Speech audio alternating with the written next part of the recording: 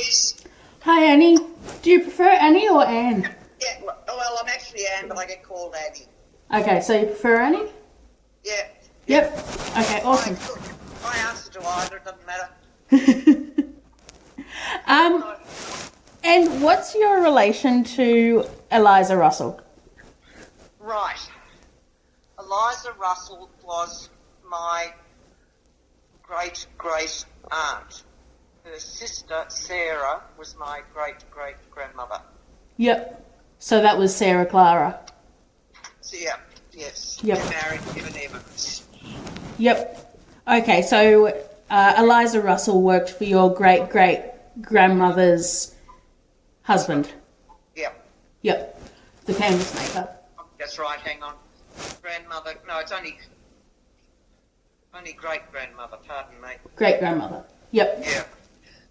What happened was she obviously came to Melbourne, I don't know when, and lived sort of in the Carlton area, which was where the factory was. I've got a photo of the Evan Evans building taken in about 1911, which was about the time, well, she was dead by then, but that's where she would have been sewing or working. Yep. And do you have any stories about the factory?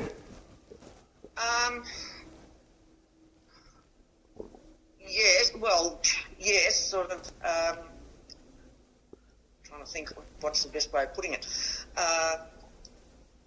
See, Evan Evans came out here as a young sailor, and he was shipwrecked off the coast near Peterborough on a ship that we believe at varying stages was a blackbird, but we don't need to go into that too thoroughly. Anyway, when the ship foundered just off Peterborough, two of them walked into Warrnambool, which is 30 miles plus, because for some reason he thought he had a relation who lived in Warrnambool by the name of David Evans. I mean, by the time you go through David Evans, Ivor Evans and William Evans and Evan Evans, they all keep going together, the names.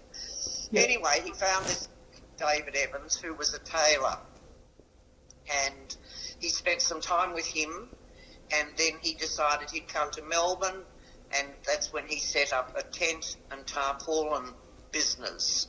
So the flag didn't really come until, well, the flag came in 1901, but he had been manufacturing from the early 1880s, I think it was, roughly, tents and tarpaulins. And so the business of Evan Evans, flags and tarpaulin tent makers, continued on. It's still a name, but it's not connected with the family anymore. Pardon me. My first job was working at Evan Evans as a tea girl, which was sort of, I think it was give me some money and shut me up. But that was obviously very different. But they were right up the top of the Haymarket, which was the big roundabout at the top of Elizabeth Street. Yep. Where they started off, and they virtually stayed in that area and then sort of just kept on going. So the neon light for Evan Evans, I believe, is still on the building just near the top of Elizabeth Street. But what's happened to the building now, I don't know. Okay. Obviously been sold and stuff like that. And what was it like working in the factory? I would imagine it's been fairly ordinary. If you look at the photo of the sort of the boys, so to speak, sort of all standing out the front. Sorry, I'm just trying to flip through and find it while I talk to you. Yep. It was.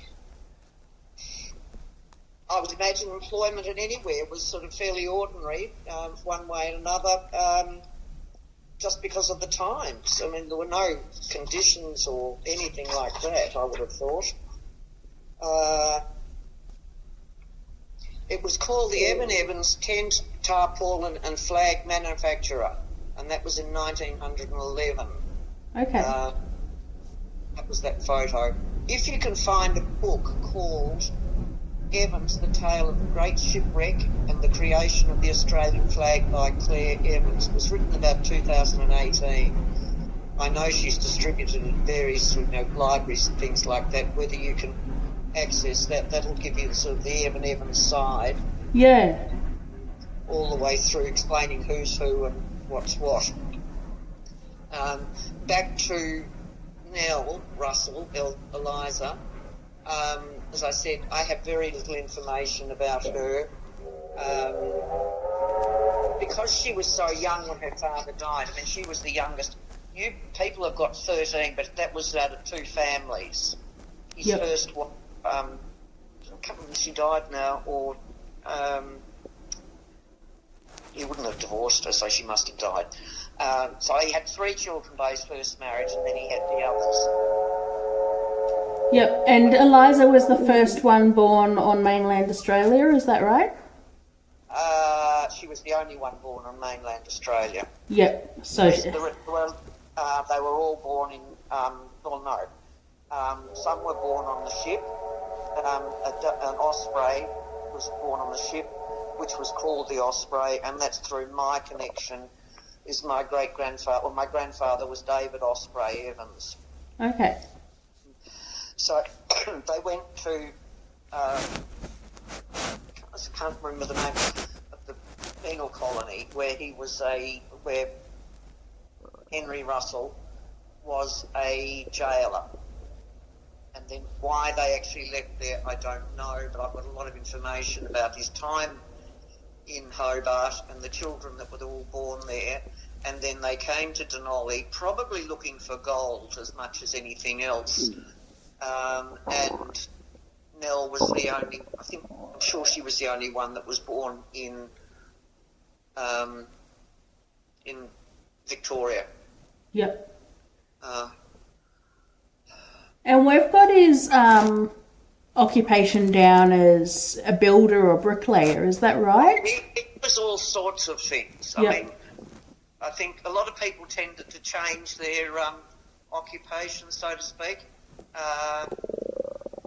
depending on how they moved in the station and stuff like that, because one of his sons became the mayor or the councillor for Dunolly at some point in time as a builder. So Henry sort of came over probably as an ex-jailer, was a builder, was a...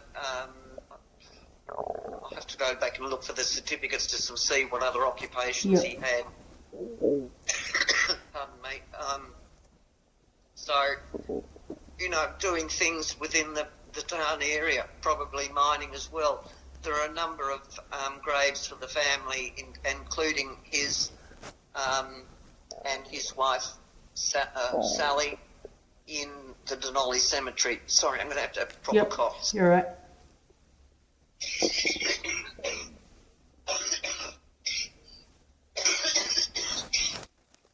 Sorry about that. That's all right. I've just been out in the garden and I've got hay fever again.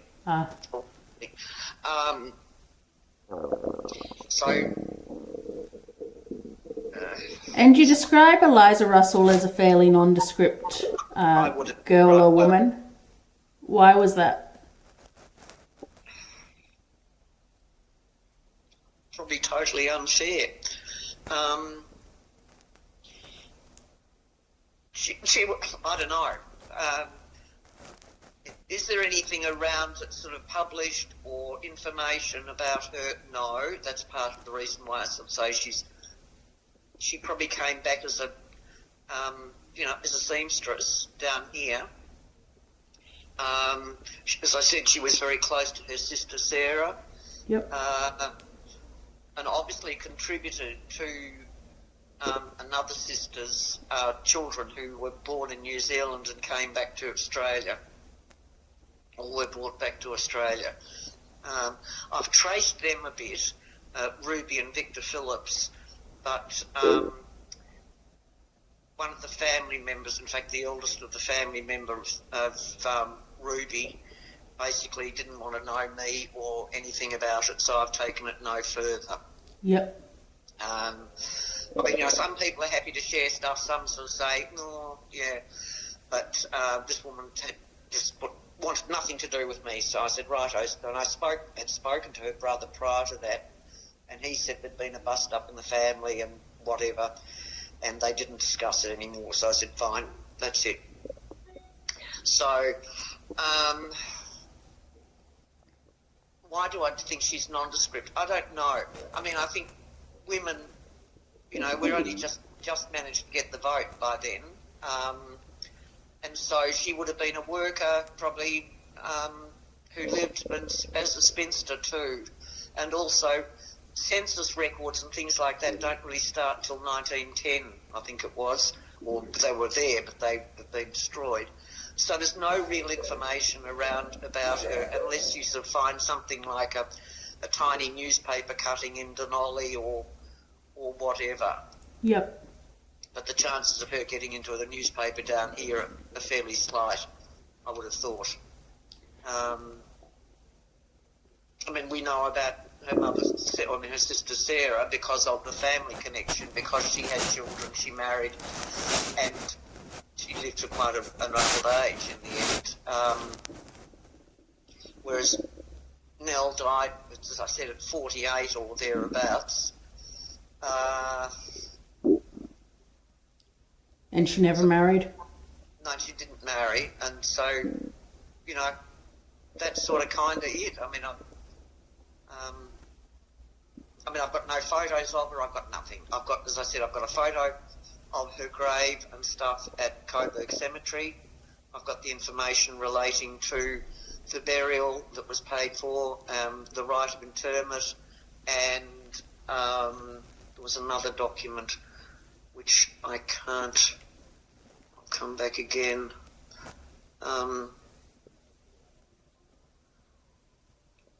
Sorry, Right. No. And has there been any story surrounding how she came to sew the Australian flag passed down through the family, or is it just that she did that? It's just that she did it. In fact, that photo that you had of Ivor Evans with the flag as a young boy, I have never seen that before. Oh, okay. Where did you get that one from? That's on the Australian government website for the flag. Oh, okay. Maybe I have seen it and I haven't registered it properly.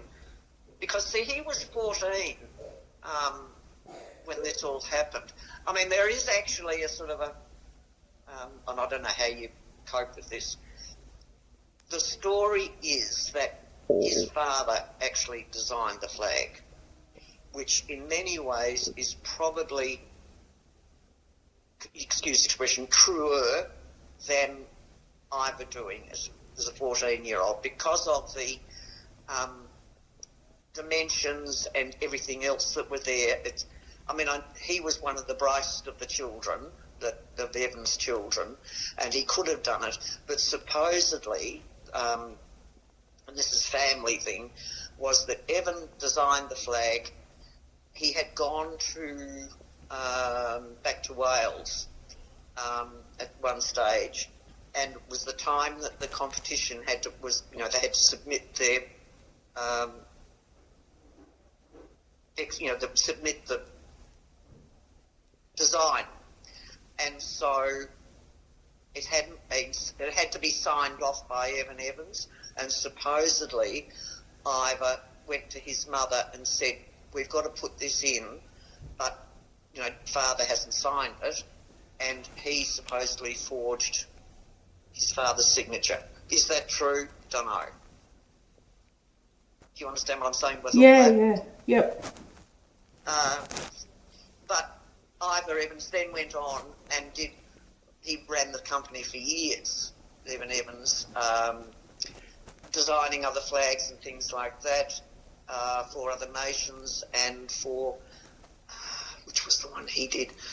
I think he did the Northern Territory flag, and was it the Papua New Guinean one? I'm not quite sure which. But, so, whether that's a real story or not, I don't know. Yep. Keep asking me questions. And it's said that, the reason why Ivor Evans was said to have won above the other contestants that had very similar designs was... No, I think what happened was all the designs were basically the same, give or take a bit. The thing was that he seems to have become more prominent simply because of the business and Evan Evans flags, whereas the others, the Lady Dorrington was a Perth woman, and I just found an article about her in the paper. She actually got buried in a pauper's grave in Perth, and they found her and gave her a proper thing. So her name's come through a bit. But, the others, one was a Sydney fellow. God, I'm stretching the memory now. But as I said, I think the reason that Evan Evans has become the name synonymous with the design was the fact that he actually kept going within the business, and whereas the others just sort of, yes, they got their prize money, but they sort of fade into the mist of time, except for probably for their own families that would be interested and promote them. Yeah, and I think Annie Dorrington, as you said, became an artist. Yes. But I believe, as I said, I'm pretty sure she was buried in a pauper's grave. I've got it somewhere. And someone did locate it one day when they were obviously looking for whatever, and sort of, they couldn't rebury it. They gave her a headstone and stuff like that to acknowledge that she had been one of the winners. Yeah, yep. So you don't think that he got that because Eliza Russell had sewn up the flag for him? Look, I think, that was all part of it. I mean, obviously they had to produce a flag of some sort. Well, I mean, he probably couldn't do it, so the obvious choice was find someone who could, and obviously an aunt who worked at the business was probably the next person to do it. Yep. And do you know how many people Evan was employing around that stage? Look, going back to the photo, I can look back and tell you. Well, I mean, when I say tell you, as I said, it's 1911, the photo I've got. There's probably... I won't find it.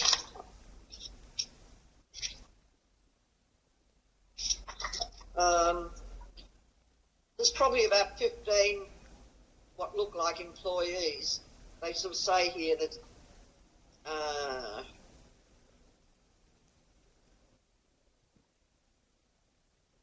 it just doesn't say. It just shows that all these sort of about 15 men standing outside in their sort of hats and coats and looking very formal outside the factory or shop. Yep.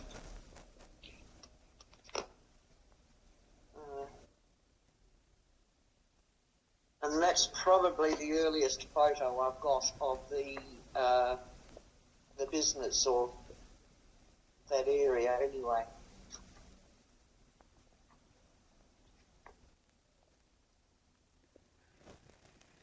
Is there anything else that you think people should know about Eliza Russell and the Evans?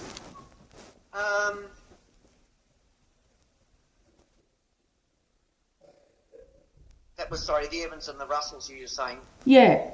Well, I mean, there was this connection between the two sisters because of the baby, Florence Nellie, who was obviously named after Sarah's youngest sister, Eliza.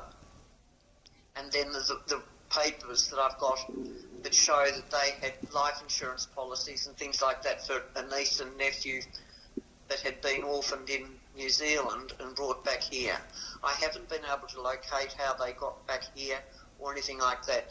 The letters that relate to as of 1902 to 1911, I think, when they were at the Burwood Boys' Home. But what a girl was doing at the Burwood Boys' Home, I don't know. I can't find anything about them. That's an interesting question. Yeah, well, first of all, I'd love to find out what happened to Florence Nellie, who was born in Dunolly, but I've got nothing about her. I've got a possible death, but, no parents named or anything like that, so it's very much a possibility. Yep. The other was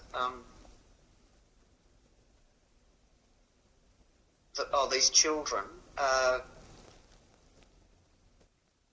One of them went on to become, I think, an alcoholic and finally died. And then the other one, as I said, the sister, her family didn't want to know anything about it. So, as I said, I've left it alone completely. Yep. I can send you copies of the sort of, the written notes by Sarah that she and Nell had done this, this and this and what have you, but I don't know that that's sort of really, I mean, if you want it, you can have it. What was that? Sorry? It was the pages or the letters that I found or were found in Sarah's desk after she died many years after. Yep. Relating from. I can send you copies of that. I don't know that it's terribly relevant. I mean, Nell it's her name rather than, anything about her. Yep. And you said that that the first mayor of Sandhurst was also a part of the family? Yes, but that's on my mother's side. Oh, okay. Yep. Yeah, so the Evans and the Russ and my mother's side were the Boyds of Bendigo. Okay. They were two big families. Well, two big families plus another one. A sister came out and married William Griffenhagen, who was a vineyard person at Axe Creek. Yep. It's the Hercynia Lodge. Hercynia Vineyard. But it was just interesting, the connection that all of a sudden everything sort of had come from Dunolly to Bendigo and back again, which I was just blown away by. Yep. I've tried to ring Matthew, and I just left a message anyway. As I said, I saw him last when we had the publication of this book, whenever it was, 2018. Yep. So that was the last time I saw him. But that article I'd actually managed to find as well, that you sent, the newspaper article that he wrote about the Australian flag. I thought that was very impressive. You sent it to me. Yeah, yep. Yeah. And he's now the Deputy Mayor of Bendigo. And he's from Eppalockshire, which is sort of getting over to the Axe Creek, which is the Hercynia Vineyard that was. Yep. So, both sides of my family are connected with Bendigo, and we go up there a lot. As I said, we used to live at Stuart Mill, and my husband came from Burke's Flat originally. So, that's why we sort of zap along to Dunolly every now and again and go and do major damage at your bakery and stuff. But... well, you're definitely invited up for Saturday, 17th of September. Yes, we're having the launch. Try and work it out. But I'll have to stay up somewhere up there because I couldn't drive back. My eyes are not good enough to do that driving at night. And to go over to Stuart Mill again is sort of, that's another hour plus from Dunolly. Yep. So, I don't know. I'll try. We'll work it out. I'll let you know anyway. Yeah, awesome. Yep. We're starting off at 5:30 with scones and cups of tea, I think, and then we'll crack open a couple of bottles of wine later in the night. Yeah. So depending on what your chosen atmosphere is like, then yeah. Well, I'm not the youngest kid on the block anymore. I'm up to 75. Yep. And want to do lots of things, but I'm afraid the old body won't let me at times, so that's all right.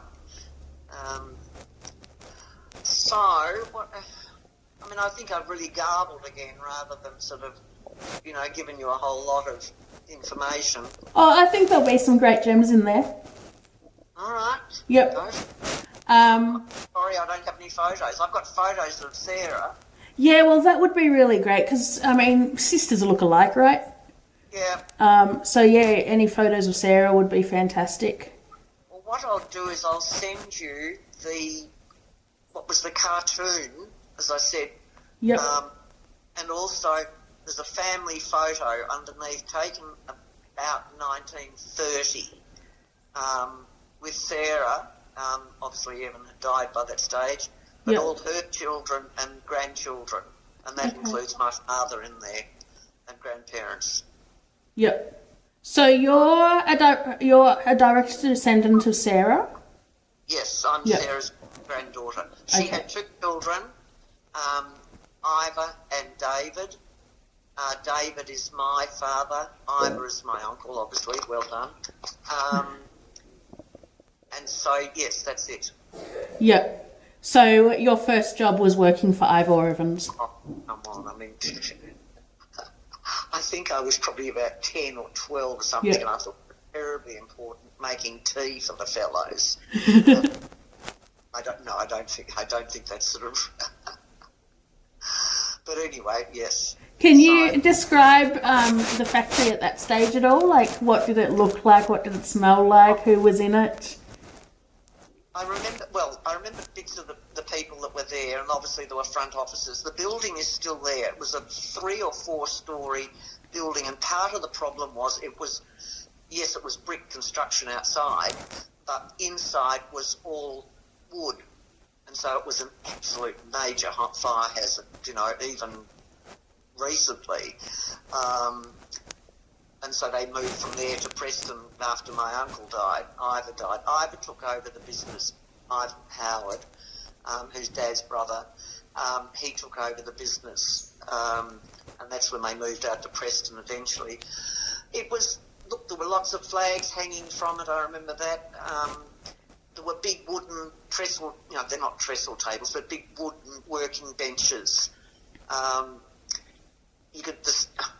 There weren't lifts. There were stairs that sort of went through a hole in the floor, like a ladder going through. It was absolute fire hazard, but, it survived.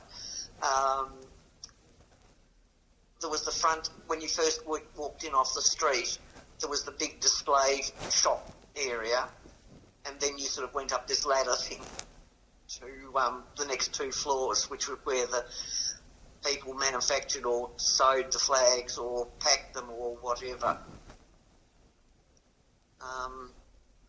My cousins could probably tell you more about the factory than I could, or the shop.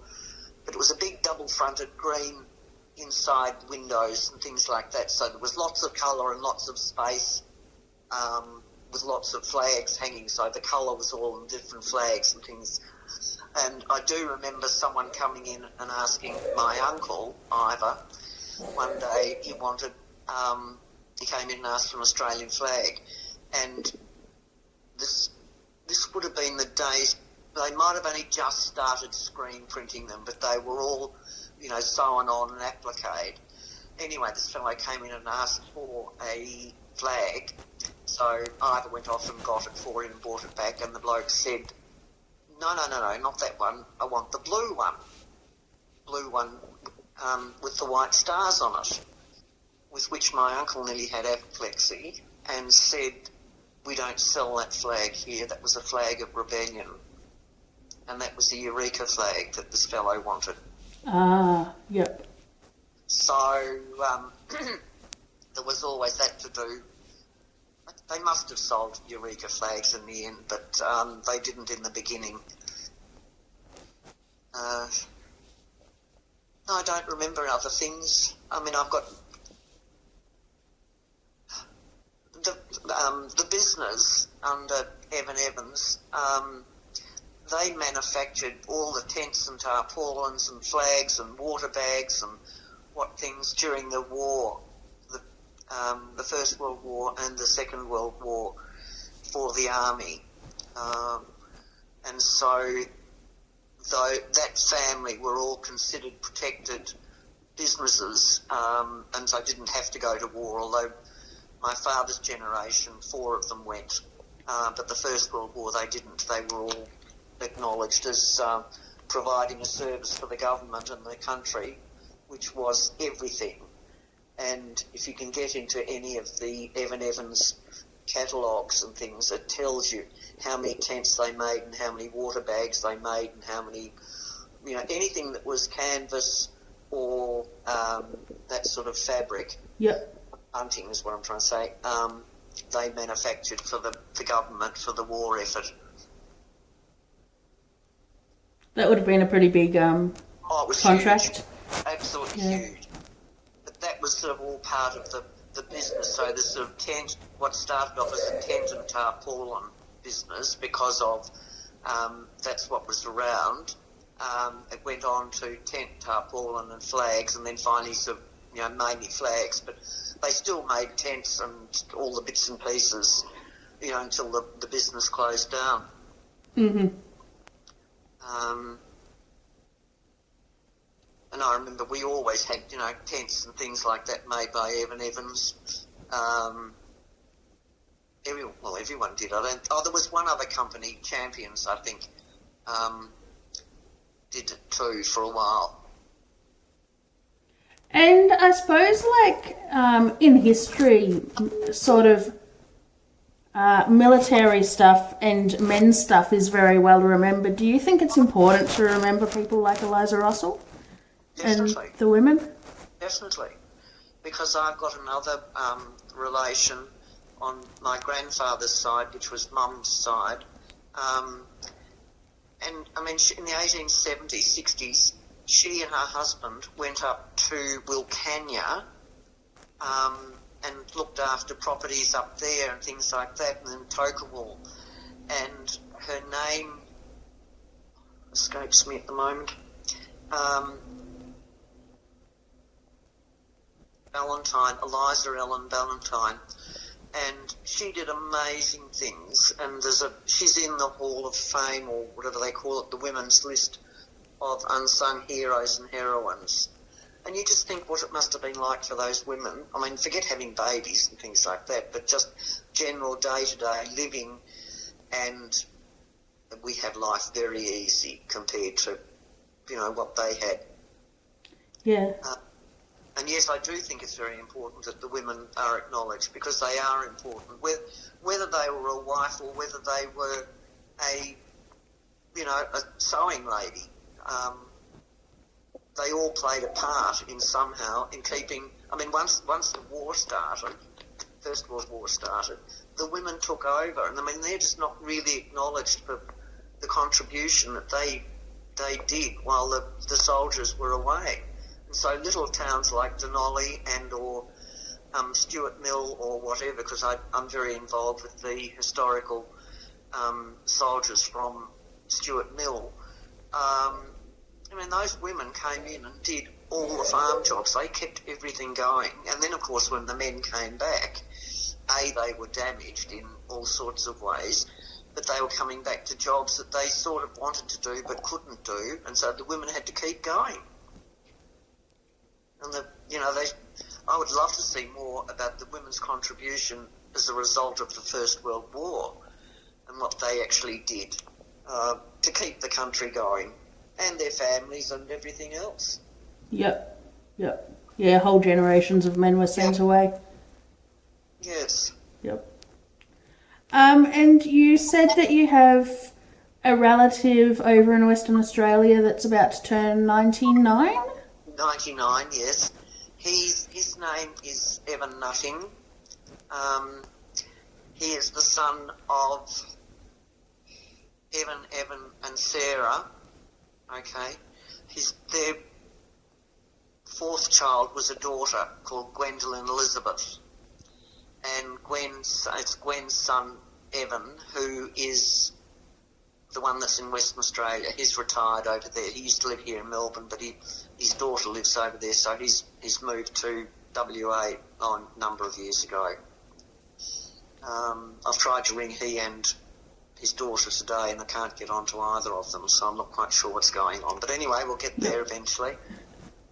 So, but see, he wouldn't have known Nell anyway, or Liza anyway, because she was dead in 1910. He wasn't born till 24.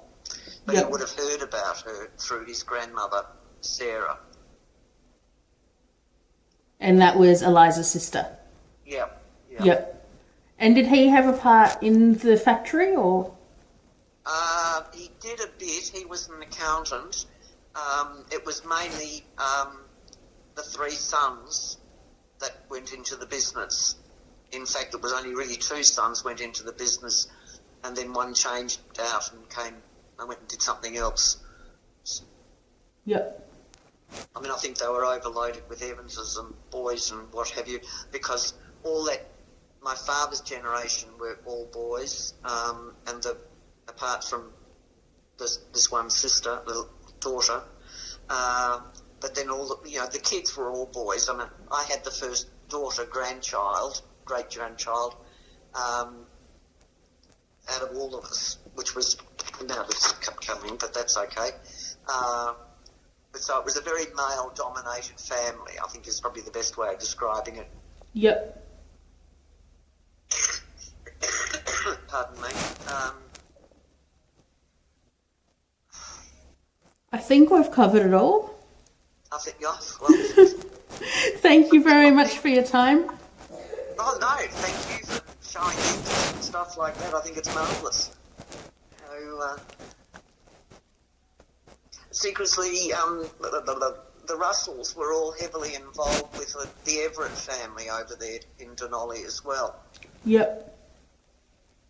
And as I said, if I could find out where this Florence Nelly, anything about her, I'd love it. She was born 2nd of February 1881 in Dunolly. Okay. Yep. And when's the last time you checked with Dunolly Museum for that? When was the last time I checked when? With Dunolly Museum for any information about her? Oh, probably a while ago now. Yep. Okay. Well, I can run that past John if you like, and I think I managed to find something that sort of said she'd been vaccinated at one stage. okay. But after that, in later life, nothing. Yep. But part of the problem was that when Sarah's father died, she would have been, I can't remember now. Well, put it this way, when Eliza, when her father died, she was only 10. So the family did sort of split up to a certain extent. So some of them sort of went to Western Australia, some went to New Zealand, and some stayed there. Yep. This is very garbled. I haven't looked at it for ages. That's the thing. So I've got to sort of, remember frantically about it. Yep. But anyway. All right. Well, look, I'll send you this cartoon thing and the photo of all the family. Yep. That would be fantastic. Thank you. You almost need a family tree to go with it, but that's sort of whatever. All right. Okay. Thank you very much. Okay. Thank you. Bye. Okay. Thanks, Louise. Bye-bye.